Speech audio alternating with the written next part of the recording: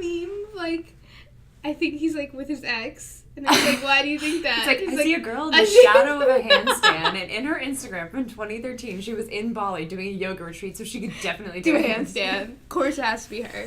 We're just doing our research. No question. Obviously. FBI level. You have to be, in this climate, where, say it with me, Always. Everyone's a predator. Everyone's a freaking predator. You never know who's going to have cream that can, like, eat your flesh. Oh, Buffalo Bill. So, welcome back, everybody. Hi. Hi. This is episode 2 of the Therapy Sessions podcast, and if you listened to the first one, thank you so much, and we are very happy, if you're a repeat listener, coming back for more, because this week we are interviewing Cape Francis. Yes, and he's one of your favorites, Julia, correct? Indeed he is. He is awesome. If you haven't heard of his music, you should go check him out on Spotify. Yeah, when I first found him, I messaged him in a frenzy of, like, total, just, like, mental, epic emotional, proportions. Yeah, destruction. Just like, But it was warranted, because it's gotta be one of the best it's true. records ever to just emotionally distract. Yes, yeah. It's really therapeutic, though. It is. That's why we like to talk about it. That's right.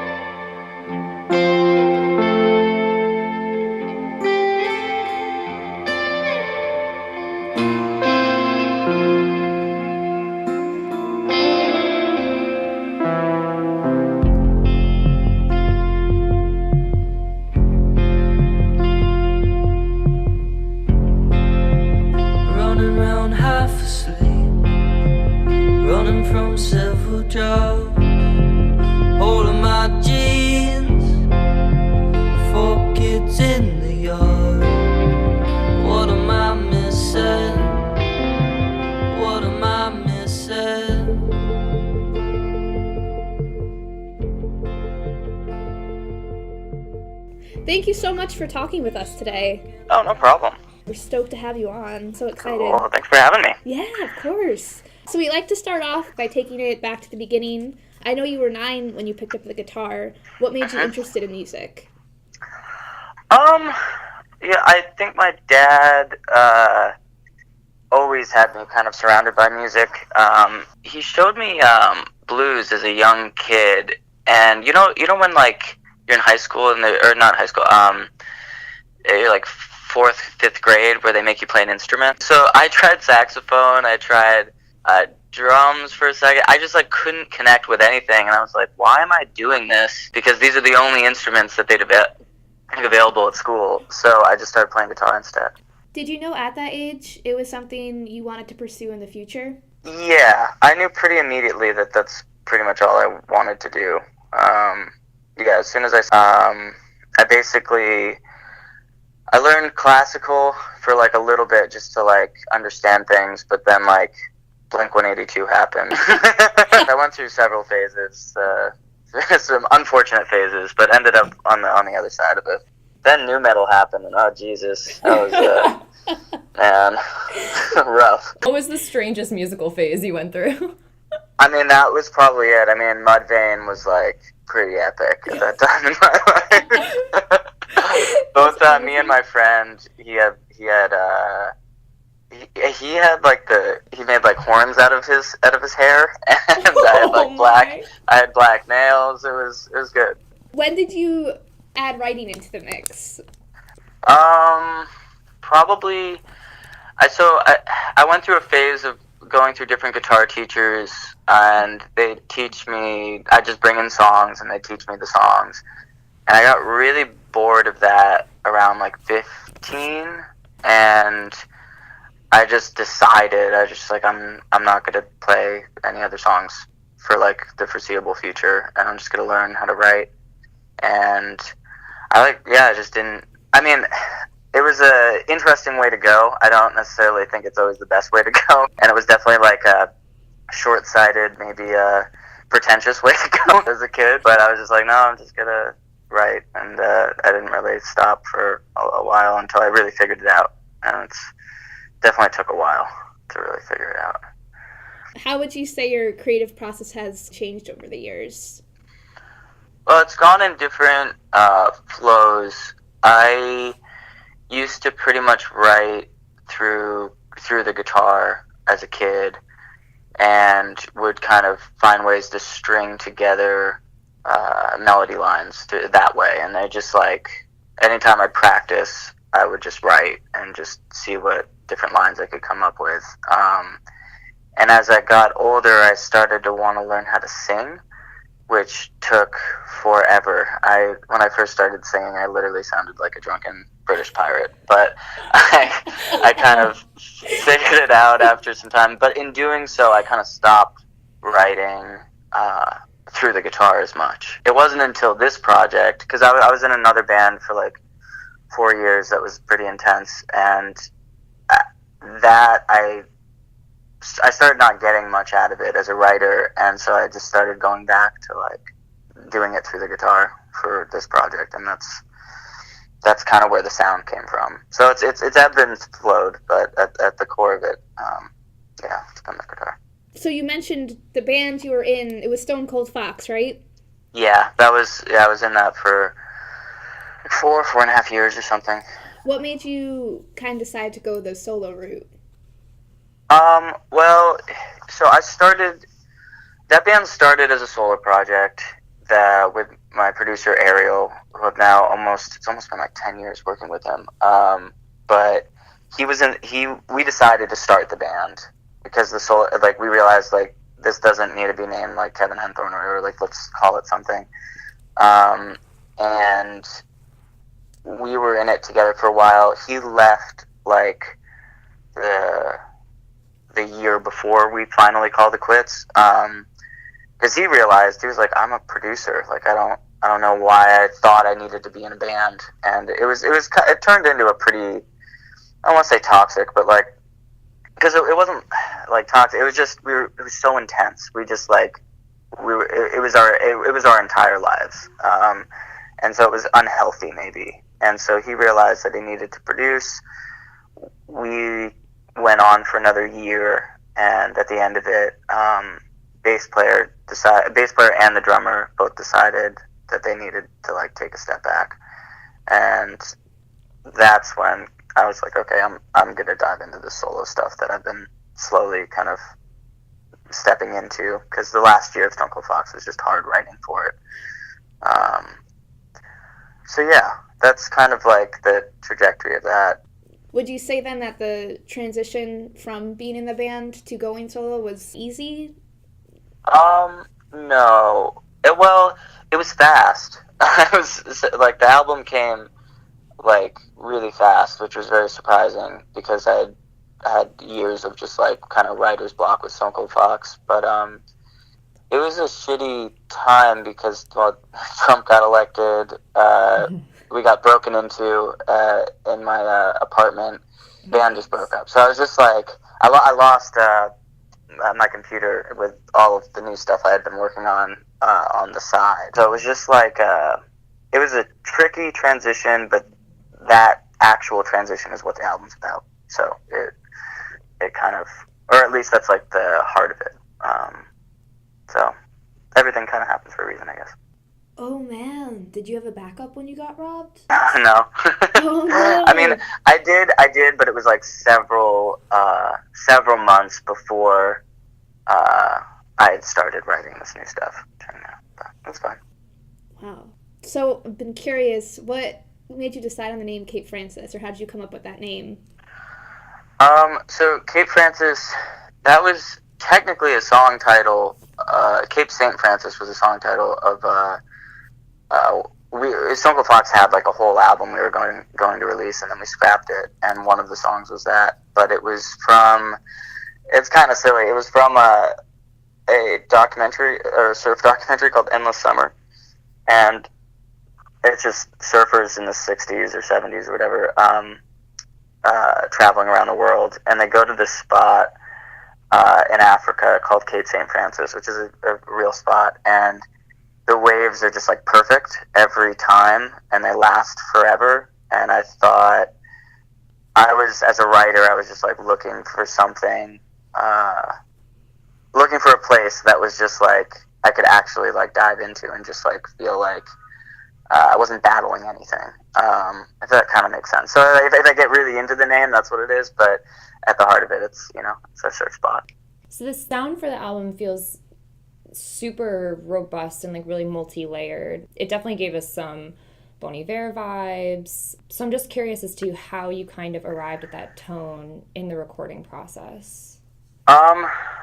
So I think the last couple things. The last tour I did with Uncle Fox, I ended up buying a new guitar, and that changed everything because I had been playing Les Paul for a while, and I found this Fender style German guitar called a Sandberg, and I don't know, as a guitarist, like an instrument can like literally just change how I view the writing process, and I got that and a couple pedals, and I just started messing with actual guitar playing instead of just strumming, like unlike the last band. And those early demos of just like finger picking again and like just playing the guitar again were turned into the sound. And in December, I went and saw Bon Iver play his new album in Red Hook, and I was blown away because for the last 4 years I'd been hearing songs like, okay, if the chorus doesn't like pick up like this or have this rhythm, then it's not a big chorus. And it's like it was a skewed mentality on like what songs are. And when I saw him, I was like, you can move songs through so many different ways other than just like rhythm guitar. And I knew, and I should have known that, but when you get stuck in something, you just forget about it. And seeing that show opened it up. And then I started kind of, when we went to the studio, the songs sat in this weird place where like, the indie rock roots that I had were still kind of there, and it turned into this weird like Bon Iver, Sigur Rós, Death Cab for Cutie mix. Not that I love Death Cab. I mean, I like them, but like it was just funny watching the songs turn into like this weird mix of music that I didn't really expect. Yeah, they definitely change shape once they go into a studio, I feel like. Yeah. Absolutely, they always do, and so you never know how they're gonna change. How long did it take to complete the recording of the record? I think like 3.5 months, maybe over. So, yeah, in January I went up to the studio for a week, and then everything else was like weekends. I think I went back up for another like half week in March, but we just kind of like, I'd work, and then on the weekends me and Ariel would just truck along at it. I think we finished it in like mid-April.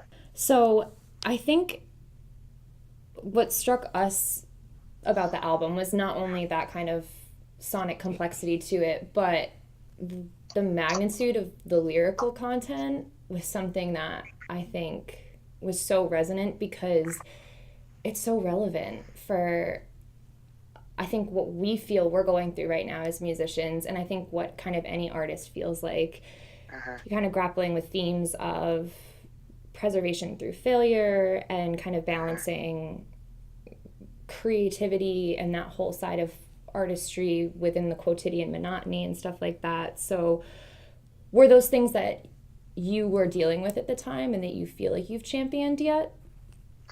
Not sure I've championed them, but I was absolutely going through them, and I had been told all my life by everyone to just write what you know. Everyone's heard that a gazillion times, and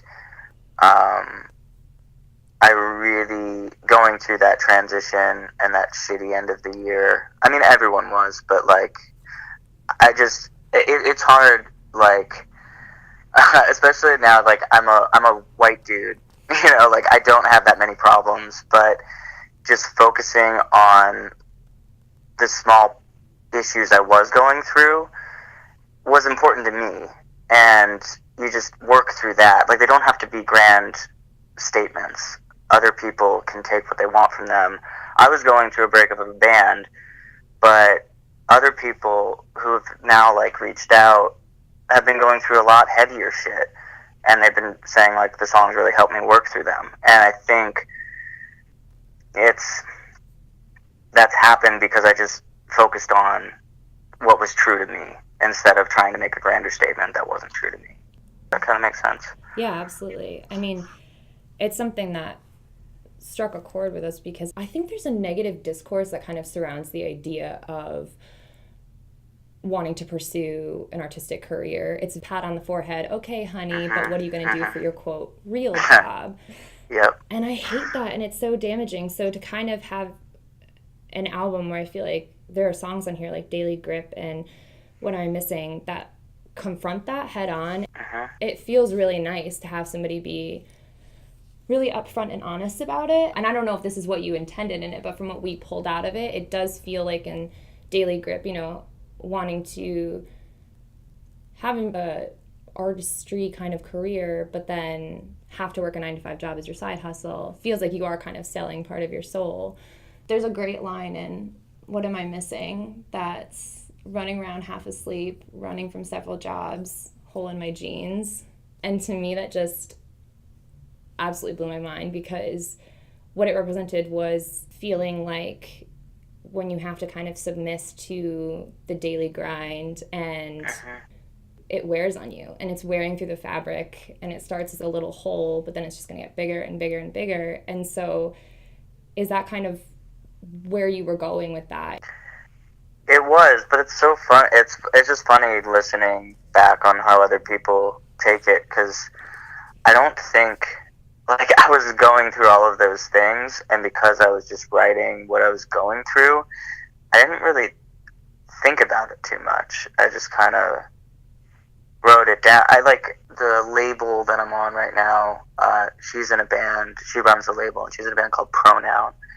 And I was listening to her, and her music, she just states things. She just, like, says, like, she just says it. And I spent so long as a writer not saying what I wanted, just saying what I wanted to say. And I think in that song, I just wanted to, like, go through the state of, like, where I felt. And I think, like, yeah, I don't know. I just wanted to keep it simple. And in doing so, I mean, you've opened up a whole other complexity to it that I don't think I've thought about necessarily. And I think that's amazing.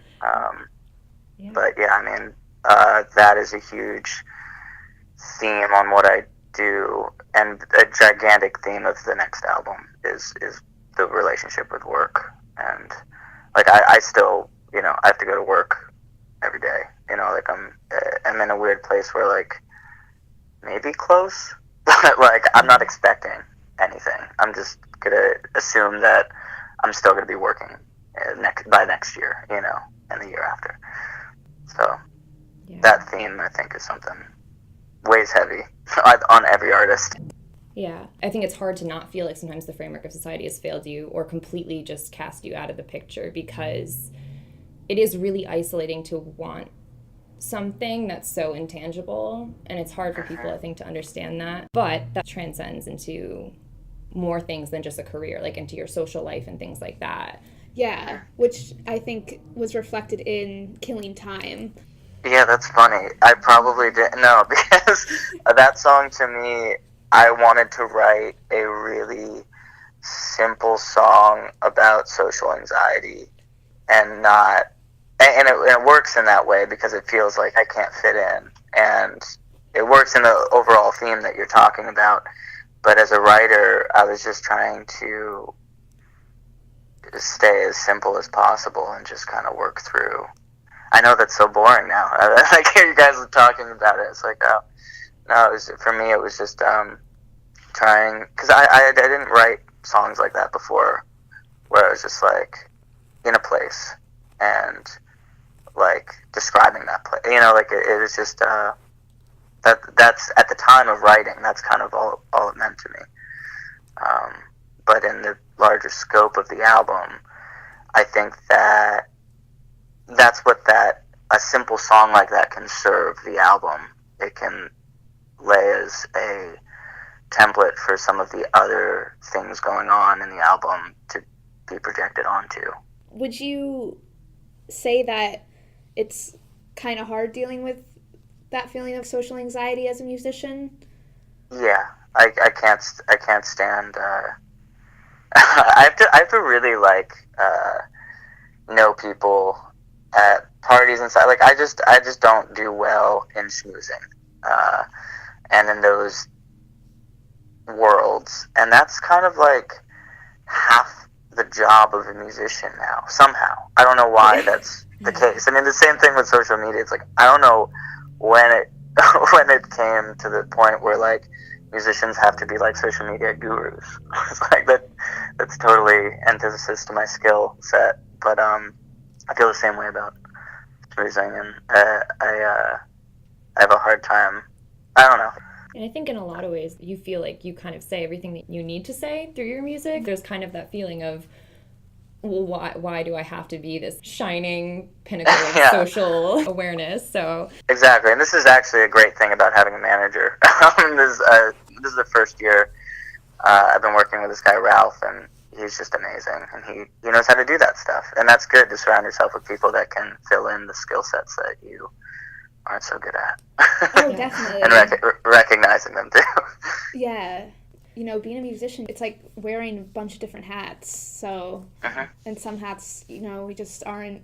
we can't pull off well. Yeah. We can't be superheroes all the time. Yeah. And then one last song I wanted to touch upon was Iditarod. How did you come up with that idea? That one, you know, there are a few songs. I can count like on one hand the songs that came out in a day, and that was one of them. And we were up at the studio. This is the first week of recording the album, and I think it was like 3 or 4 days in. Everyone had left, and I usually just sleep at the studio. And I'm not a piano player, but I just like started doodling on it, and I've never had a song come that fast, and so much of it was just all this stuff boiling up from the election, from the current state of everything. I felt like I'd never been able to fully express my feelings of what was going on in the outside world as well as I did at that time in that song. And it just, I think I showed Ariel the next morning, and we just switched gears. We just worked on that song all day, and it was done. And so a lot of it was stream of consciousness to some degree, because that was just one day. And I think the idea of being on a long journey was part of it, because I was dealing with a lot of failure from last year. I mean, I really felt like, again, the last band was intense, so like I really thought that was it. Like there were times in this transition period where I didn't want to play music again, and I've never felt that since I was 9. So that sense of failure was really prevalent, and I think what I realized through that song and through the rest of the album is that that no matter what, I can't help but not write, and that it's going to be a very long journey, and there's going to be these like crazy ups and downs, but I'm not going to like stop. I just can't. So I just please I don't never know. stop writing. Yeah. Well, it's just weird because I had that thought, and I was just like, you get so, as a musician, you get so obsessed with trying to make it, and it can be toxic. And I think what I came to the conclusion of in this album was that I'm not going to make it, and that's okay, because at the end of the day, if I'm 45, living in Bushwick still, and just writing, and, you know, it doesn't matter if I made it or not, I can't stop, so what's the point in fretting either way? So that was part of, I think, things I was going through as far as, like, viewing the whole song as a journey. And I think that's why Iditarod popped up. And I don't know. I'd never written a song like that ever. So it was definitely a new, honest. It was a very honest song. I think I spent years kind of being dishonest with myself. So why did you choose the word Iditarod? Where I was approaching it, I was looking at it from the journey aspect, but that word has a lot in it. And I kind of realized that afterward. It also, I don't know why I said it, but like I usually work off of like intuition writing, so I record most everything on my phone through voice messages and or like the voice memo, and I think that word like popped in pretty early. I didn't like think about it, but I was like, what is that? And then I dove into it and kind of it just, sometimes words sound that good and you surprise yourself because you're like, oh shit, there's a lot of meaning in there. Kind of going back to that feeling of like a journey, I felt like you ended the album with Fortified, and the record's called Falling into Pieces, so I felt like that song kind of gave it closure almost and made it kind of come full circle. Is that what you kind of intended? That's good. It was meant to be closure, but I also specifically, like at the very, very end, I really wanted to make it feel like it was cathartic, but also it never quite ends. Like it ends on a weird note. It doesn't conclude on the one, and I think it's conclusive in content, but it's also like it's just a never ending. There were a couple different ways you could view the album, as if like, yeah, you got out of it, you're out of it, or you. To me, it's like I reached a place where I realized that this was a long journey and struggle that's never going to end, but realizing that and coming to terms with that was the catharsis that like I needed. So I think ending the album on that song really, to me, kind of conveyed that.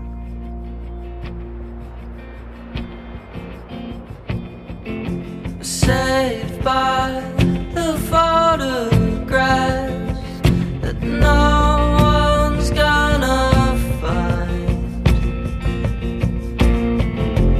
even if they get to see, they would cut you out and redesign.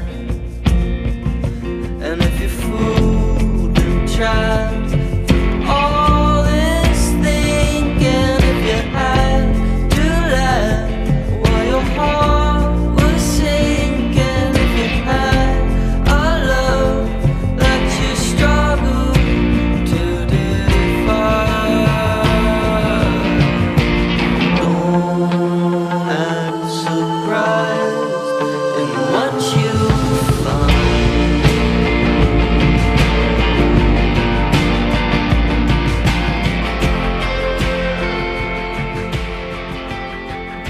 All right, so what is your either go-to song or album that you listen to when you find yourself in a state of either internal, external chaos? Oh man. Well, that changes a lot, but I guess Angel Olsen, Burn Your Fire for No Witness. That would be one for sure. What is the one song you wish you wrote? All right. You know what? I'll do this. I'll do Pyramid Song by Radiohead, just because I was so into. I still love Radiohead, but that was a huge part of my life. What is your favorite thing to do when you are not playing music? I'm not playing music. I like watching movies. I was a film school kid, so watching movies. Yeah, that sounds about right. I like playing music. So I don't have a ton of I don't know. I like drawing sometimes. I'm really bad at it, but I like woodblock drawing stuff. If you had to score music for a book, what book would you choose? Book. You know what? I'd probably score WTF, Waiting for the Punch, because I'm a huge Mark Maron fan, and that's his latest book that he released. That would be an interesting one to score, but I'm just going to pick that one. That's the only one I've been reading lately. If you could live in any other musical decade, which one would you choose? Oh Um, for a long time it was the 60s.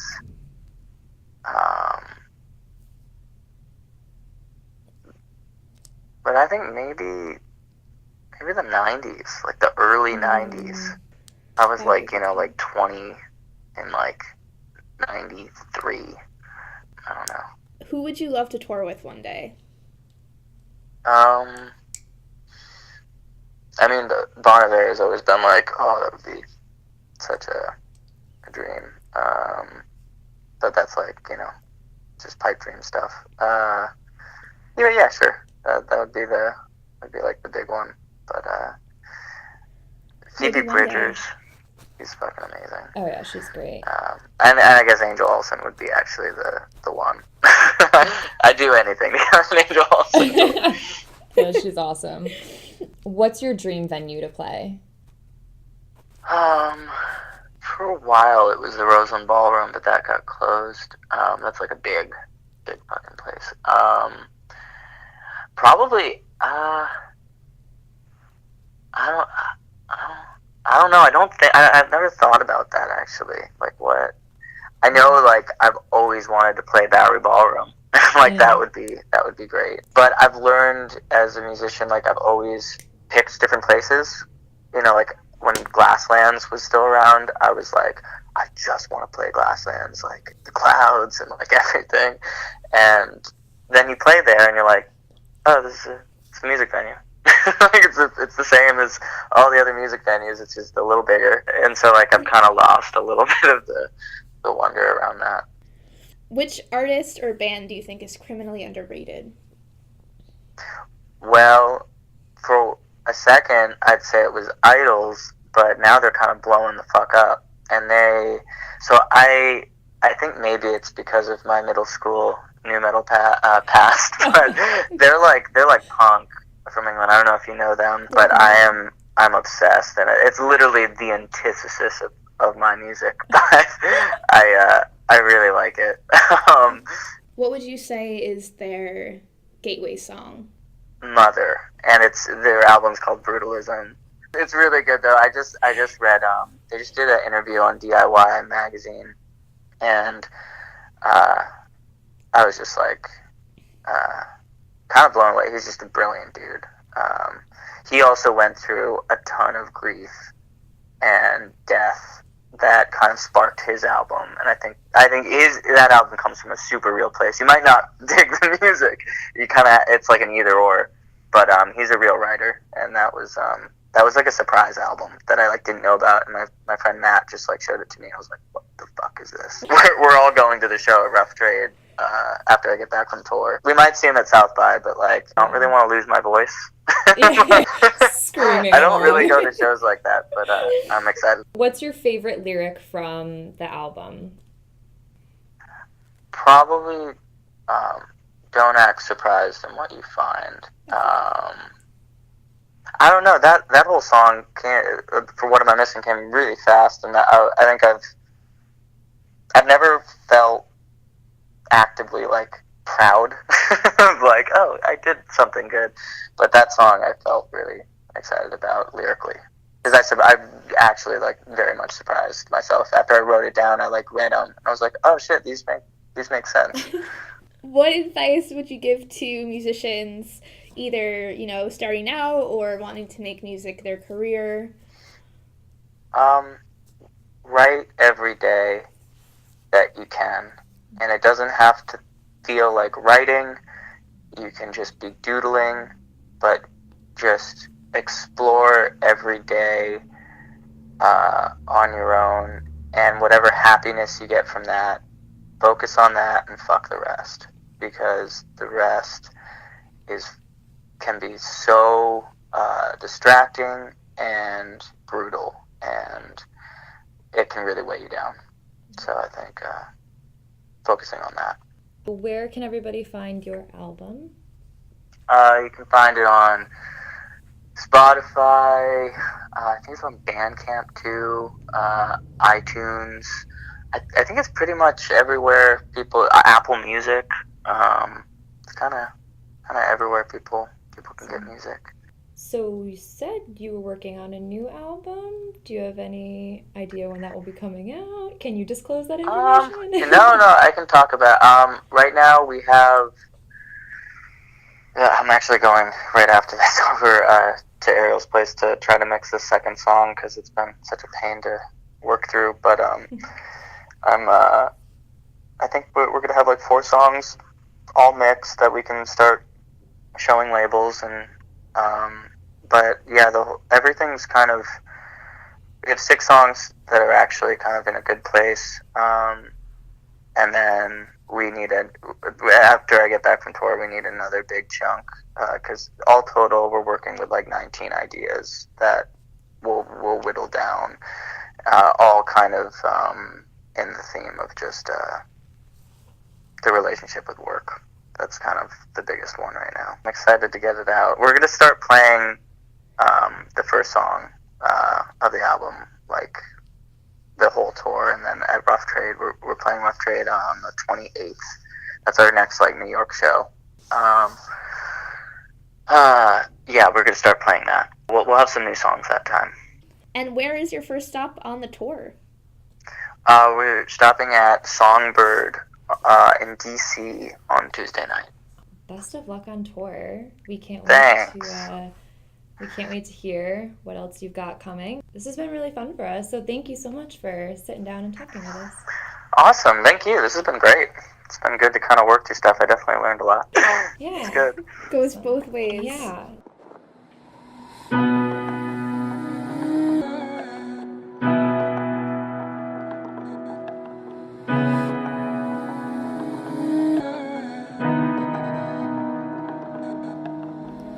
Let it grow into shape, let it harden in time.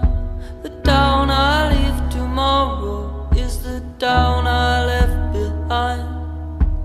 Been a while on the road, I'll be searching to find the home I leave tomorrow is the home I leave behind.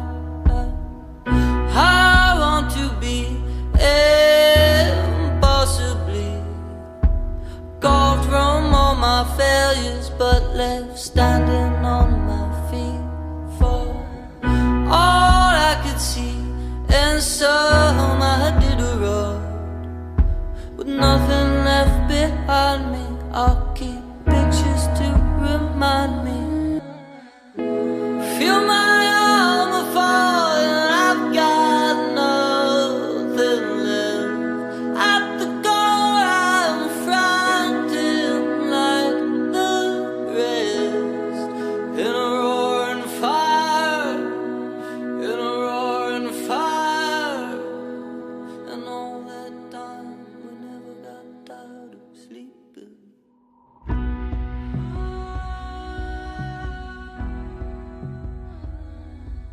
All right, so that concludes our interview with Kate Francis. If you liked what you heard, then definitely check out his music. It's on Spotify, iTunes, all the good that stuff. good stuff. Yep. Yeah. And follow him on Instagram, follow him on Twitter to keep updated on tour dates and upcoming song releases because new music is coming, which is very exciting. Yes. And if you want to keep up with what we're doing and listen to some more interviews that we're going to be putting out, then please follow us. Throw us a like on Facebook. You can follow us on Twitter.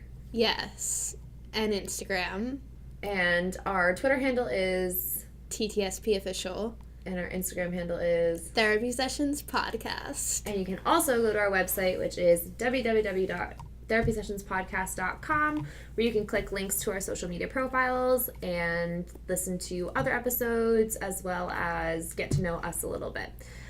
If there's anything that you guys want to hear, if you're a band or an artist or an author and you'd like to be interviewed, slide on in our DMs, shoot us an email. We'd love to hear from you. Yeah, we have a contact part of our website that you can send us your inquiries. Yeah. So And we'll get off our couch to respond to you the only thing in a timely fashion. we get off of our couch for.